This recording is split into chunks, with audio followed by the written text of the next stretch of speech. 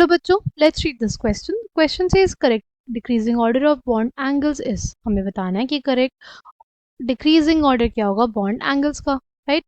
की concept for this question is bond angle. हमको बताना है कि बॉन्ड एंगल क्या होता है, राइट. तो हमारे पास कोई बॉन्ड्स होंगी, उनके बीच का एंगल क्या कहलाता है? This is known as its bond angle. ठीक है. अगर हम लोग बात करते हैं, हमें बताना है ClF3, PF3, NF3 और BF3 में. ठीक. तो सबसे पहली चीज़ जो चेक करते हैं वो चेक करते हैं on the basis of hybridisation. किसके बेसिस पे? हाइब्रिडाइजेशन के बेसिस पे. ठीक है. हमारे पास क्या है? ClF3. इसका हाइब्रिडाइजेशन कैसे निकालेंगे? With the help of steric number, right. Chlorine के आउटर मोस्ट में कितने इलेक्ट्रॉन्स होते हैं?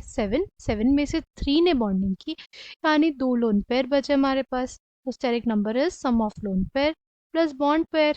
कितना आ गया? 5. यानी 5 अगर स्टेरिक नंबर आएगा हमारे पास तो हाइब्रिडाइजेशन क्या हो जाएगी? 5 अगर स्टेरिक नंबर है तो hybridisation will be hybridisation will be sp3d. ठीक. नेक्स्ट क्या है हमारे पास? नेक्स्ट है PF3, राइट. फॉस्फोरस के आउटर मोस्ट में कितने इलेक्ट्रॉन्स? फॉस्फोरस के आउटर मोस्ट में 5 इलेक्ट्रॉन्स. 5 में से 3 ने बॉन्डिंग की है, यानी 3 सिग्मा बॉन्ड्स हो गए और लोन पेयर 1 हो गया. Steric number 4 hybridisation sp3. NF3 की बात करें, नाइट्रोजन के भी आउटर मोस्ट में 5 इलेक्ट्रॉन्स, जिसमें से 3 से उसने बॉन्डिंग की, एक लोन पेयर, यानी इसका भी हाइब्रिडाइजेशन क्या हो जाएगा? sp3. नेक्स्ट क्या है हमारे पास? नेक्स्ट है BF3.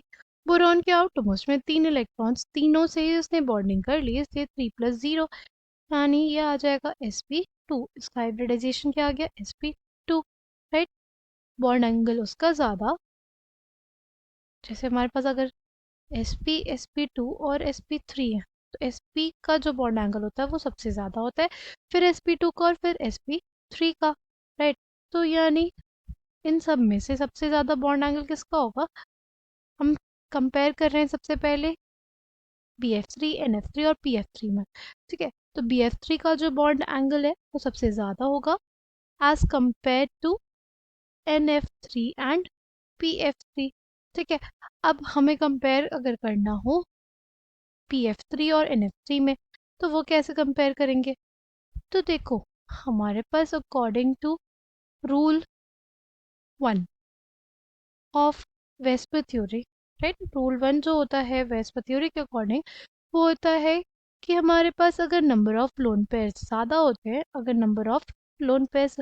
होते हैं, तो उस केस में हमारे पास जो बॉन्ड एंगल होता है वो कम होता है, राइट. जितने ज़्यादा नंबर ऑफ लोन पेयर्स होंगे, जो बॉन्ड एंगल होगा वो कम होगा, राइट. अगर बात करते हैं रूल 2 की, रूल 2 ये कहता है अगर कि हमारे पास जो सेंट्रल एटम है उसकी इलेक्ट्रोनेगेटिविटी ज़्यादा है, अगर सेंट्रल एटम की इलेक्ट्रोनेगेटिविटी ज़्यादा है, तो अगर लोन पेयर सेम है और सेंट्रल एटम की इलेक्ट्रोनेगेटिविटी ज़्यादा है, तो बॉन्ड एंगल उसका ज़्यादा होगा जिसकी इलेक्ट्रोनेगेटिविटी ज़्यादा होगी, राइट. NF3 और PF3 में PF3 का जो बॉन्ड एंगल होगा वो कम होगा और NF3 का ज़्यादा होगा, right. On the basis of electronegativity of central atom. अगर सेंट्रल एटम की इलेक्ट्रोनेगेटिविटी ज़्यादा, सेंट्रल एटम की अगर इलेक्ट्रोनेगेटिविटी ज़्यादा होगी, इलेक्ट्रोनेगेटिविटी ऑफ सेंट्रल एटम अगर ज़्यादा होगी, तो जो बॉन्ड एंगल होगा वो ज़्यादा होगा. ठीक है. तो हमारे पास BF3 का सबसे ज़्यादा, फिर आ गया किसका? NF3 का, और फिर PF3 का. ठीक. अगर बात करते हैं ClF3 की, ClF3 का हमारे पास स्ट्रक्चर कैसा होगा? वो कुछ ऐसा होगा, टी शेप्ड होगा, राइट. क्योंकि इसमें 2 लोन पेयर्स है और फ्लोरीन एटम्स है. फ्लोरीन एटम्स क्या करते हैं?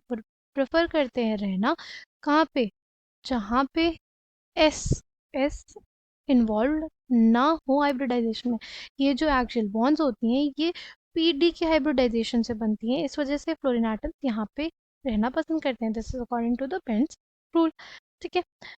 अच्छा, अब अगर इनके बीच के बॉन्ड एंगल्स की बात करते हैं, तो ये जो बॉन्ड एंगल होता है ये हमारे पास क्या हो जाएगा, सिंस यहाँ पे lone pair bond pair repulsion होगा, ये जो बॉन्ड एंगल होता है ये हमारे पास लेस देन 90 डिग्री होता है।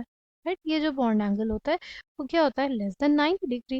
राइट, तो हमारे पास सबसे कम बॉन्ड एंगल किस में आ जाएगा, ClF3 में। राइट, क्यों BF3 में हमारे पास जो बॉन्ड एंगल रहता है वो अप्रोक्सीमेटली 120 डिग्रीज के आसपास रहता है। PF3 में it is almost around 96 degrees. Right, ClF3 में वो लेस देन 90 डिग्री है। और अगर बात करें NF3 की, तो NF3 में it is approximately 102 degrees. Right, तो correct answer for this question will be option C, PF3, NF3, PF3 and ClF3. I hope you understood it well. Thank you and all the best.